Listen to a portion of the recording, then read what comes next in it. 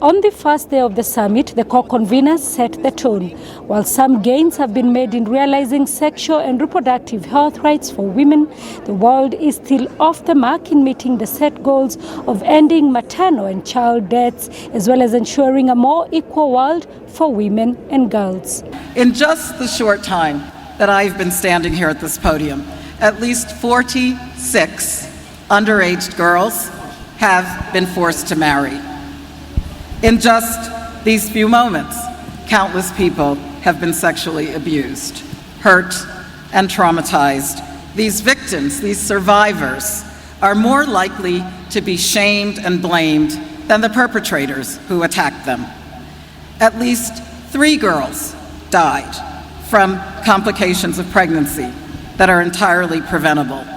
Lives cut short for no other reason than our collective failure to provide the health care that they need and deserve, as is the right of every human being. I say, let our message be clear: no more. In Kenya, 23% of girls are married before their 18th birthday. Why is it so hard to move forward on this agenda? An agenda that, to me, is fair and just, and would seem to be the most natural path toward human and societal development. This grim statistics coming just 5 years to the deadline that the world has set itself to end maternal deaths, deaths of children under the age of 5 as a result of preventable illnesses, as well as ensuring that women and girls are protected from traditional harmful practices, including female genital mutilation and child marriages. We've got unfinished business in pursuing rights and choices for all. Hundreds of millions of women and girls are still waiting for the promise to be kept, and they've been waiting long enough. 0 preventable maternal deaths, so that no woman will have to die for want of reproductive care. And 0 gender-based violence. 0 cases of female genital mutilation. 0 forced and child marriages.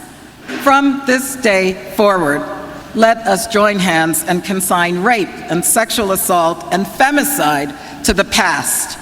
Also because reaching SDG 5 is the key to reaching the rest of the goals. The meeting seemed to have bagged its first victory when Kenya's President Uhuru Kenyatta announced that his country has committed to end female genital mutilation in 3 years. I would like to restate my personal commitment and that of the government of Kenya to providing the leadership necessary to ensure that this practice ends within this generation.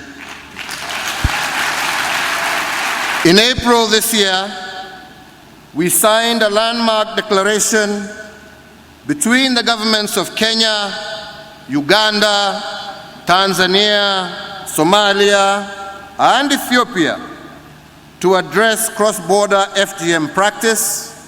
And last week, we signed an agreement with religious and cultural elders from Kenya to eliminate FGM by 2022.